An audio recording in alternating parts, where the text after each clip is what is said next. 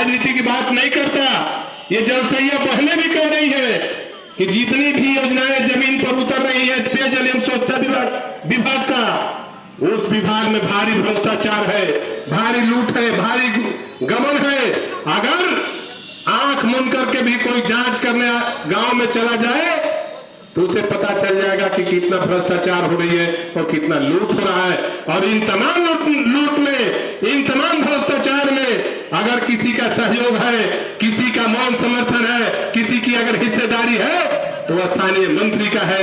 इसमें कहीं कोई दो राय नहीं हो सकता है। इसलिए बहुत सारी बहनों ने खबरों की दुनिया में आपका स्वागत है। आप देख रहे हैं भारत ध्वनि न्यूज।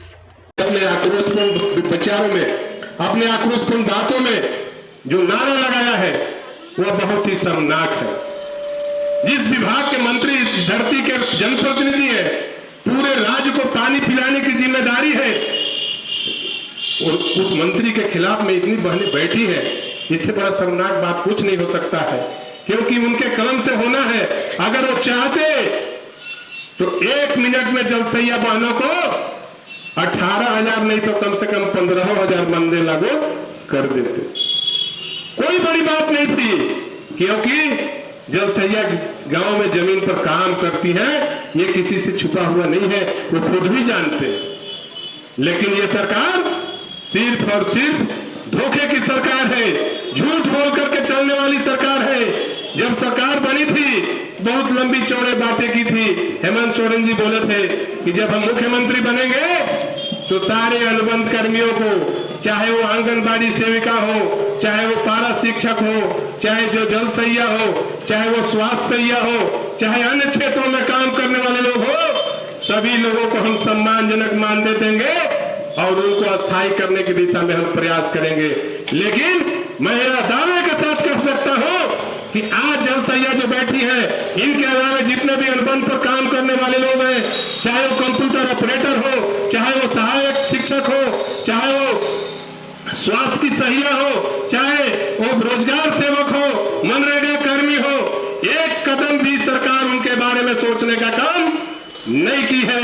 यही कारण है कि अलग अलग क्षेत्रों में, अलग अलग हिस्सों में, अलग अलग बैनर के नीचे सभी लोग आंदोलित हैं और हम कान खोल करके हेमंत सोरेन सरकार जी तक अपनी बात को पहुंचा देना चाहते हैं। आप लोगों की आवाज बन करके अगर इसी तरह रवैया रहा तो वह दिन दूर नहीं होगा जब हेमंत सोरेन जी की सरकार आप सभी बहनें मिलकर के उखाड़ करके और बंगाल की खाड़ी में फेंकने का काम करेंगे। यह कोई दिन दूर नहीं होगा। इसलिए आज आप सभी लोग बैठी हैं। मैं निश्चित तौर पर बगैर राजनीति कोई भाषण देते हुए, विचार रखते हुए, हम आपकी सभी मांगों को जायज बताते हुए हम अनुरोध करते हैं यहाँ के जो कार्यपालक अभियंता है, जो पीएचडी विभाग के, कि हम सभी लोग जलसैया बहनें मिलकर के आपको मांग पत्र सौंपेंगे जो आपके लायक है, जो आपके कर्मों से, जो आपके आशीर्वाद से हमारी जलसैया बहनों का कल्याण हो सकता है। मैं आग्रह करना चाहता हूं इस मंच के माध्यम से कि आप इनका कल्याण कर दें, आप इनके ऊपर आशीर्वाद रखें। आपके कदम में कदम अगर गांव में कोई चलने का काम, आपके कदम में कदम कोई साथ देने का काम अगर कोई करती है तो जलसैया करती है। क्योंकि शौचालय निर्माण से लेकर के गांव में शुद्ध पानी पिलाने की जिम्मेदारी में अगर कोई भूमिका निभाती है तो जलसैया बहनें निभाती है। यह किसी से छिपी हुई नहीं है। इन्हीं चंद बातों के साथ कि आज के जो यह धरना है, इस धरना के माध्यम से जो विभागीय, जो गढ़वा के जो कार्यपालक अभियंता महोदय के जो कार्यालय से संबंधित जो समस्याएं हैं जलसैया बहनों का, उसका समाधान निश्चित तौर पर होगा, इसी उम्मीद के साथ। और एक बात मैं बताना चाहता हूं कि जल जीवन मिशन का जो काम चल रहा है, यह जो योजना है, जो हर घर नल से पानी देना है, यह योजना किसी राज्य सरकार की नहीं है। यह आदरणीय प्रधानमंत्री मोदी जी का सपना है कि हमको हिंदुस्तान के सभी घर में नल से पानी पिलाना है, सभी लोगों को घरों तक नल से पानी देने का काम करना है। उस जलसैयाओं के साथ अब अन्याय और अत्याचार बर्दाश्त होने वाला नहीं है। जलसैया बहनें सभी जाग चुकी है और अपने हक और अधिकार के लिए आपके कार्यालय के समक्ष भी लोकतांत्रिक आंदोलन के तहत ये बैठी है। एक बहन बोल रही थी कि अगर हम लोग बिंदी लगाते हैं, सिंदूर लगाते हैं, चूड़ी पहनते हैं, इसका मतलब ये नहीं कि हम लोग अबला नारी है। हम लोग अगर जिस दिन जाग जाएंगे, जिस दिन ठान लेंगे, तो झांसी की रानी की तरह तलवार उठा करके हक भी अपना ले लेंगे। ये बहुत ही अच्छी बात है। आप जगिए, आप संगठित होइए। मैं आपको इस धरना के माध्यम से मैं आपको एकजुटता का संदेश देना चाहता हूं कि आप जग करके अपने हक के लिए आगे बढ़िए।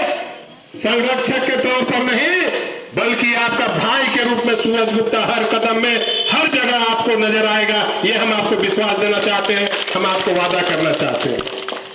आपने जितनी मांगों को लेकर के धरना पर बैठी है, मुझे लगता है कि एक दो मांग नहीं, बल्कि सभी का सभी मांग 100% जायज है।